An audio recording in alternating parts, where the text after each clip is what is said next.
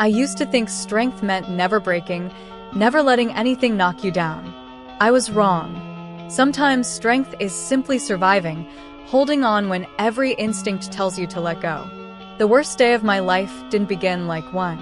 The sun was out, the air was crisp, and I'd woken up early, ready to tackle my to-do list. By mid-afternoon, I'd ticked off a dozen small accomplishments.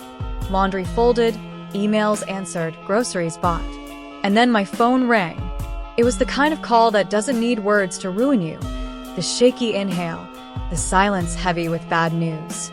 "It's Dad," my sister said, her voice breaking. "He's gone?" I don't remember much after that. There was a sharp, piercing sound that I eventually realized was my own screaming. My body collapsed into the couch, shaking, gasping for air like I was drowning on dry land. Gone. How could someone as constant as my father simply disappear? He was the steady anchor in my chaotic life, the one I called when my car broke down or when the world felt too heavy. And now, he was just gone, without warning, without goodbye. The funeral came and went in a blur of black suits, whispered condolences, and flowers that felt as hollow as the words people kept repeating. "He's in a better place." What place could possibly be better than here, with us? Grief became my shadow, heavy and unrelenting. It clung to me as I went back to work, as I sat through dinners with friends pretending to be okay. The world moved on, but I couldn't. I couldn't stop replaying his last moments, imagining the pain he must have felt, the things I didn't say, the times I took him for granted. At night, the silence was unbearable. My mind became a theater of horrors, replaying every fear, every regret.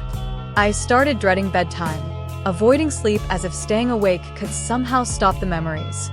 One night, after weeks of torment, I found myself sitting on the floor of my bathroom, knees pulled to my chest, staring at the faint reflection of my tear-streaked face in the mirror.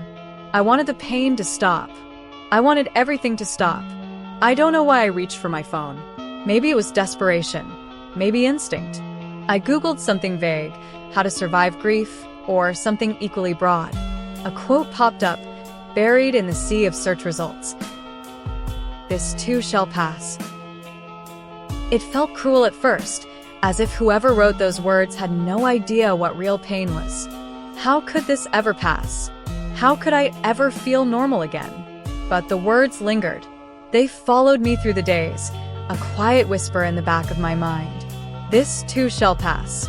The turning point came in the form of a small, unexpected kindness. A colleague I barely knew dropped off a homemade casserole at my desk. "I know it doesn't fix anything," she said, "but I thought it might help a little." It didn't fix anything, but it did help. I started noticing other small mercies. The way my sister hugged me tighter than usual, the warmth of the sun on my face during an afternoon walk, the laughter of a stranger's child in a grocery store aisle. They were tiny moments, but they felt like breadcrumbs leading me out of the darkness.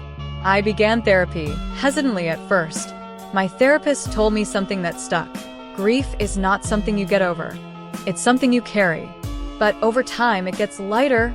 Slowly, I started to believe her. I let myself cry when I needed to, but I also let myself laugh without feeling guilty. I started journaling, pouring my pain onto paper, giving it a place to live outside of my mind. Months passed, then a year. The pain didn't disappear, but it changed shape.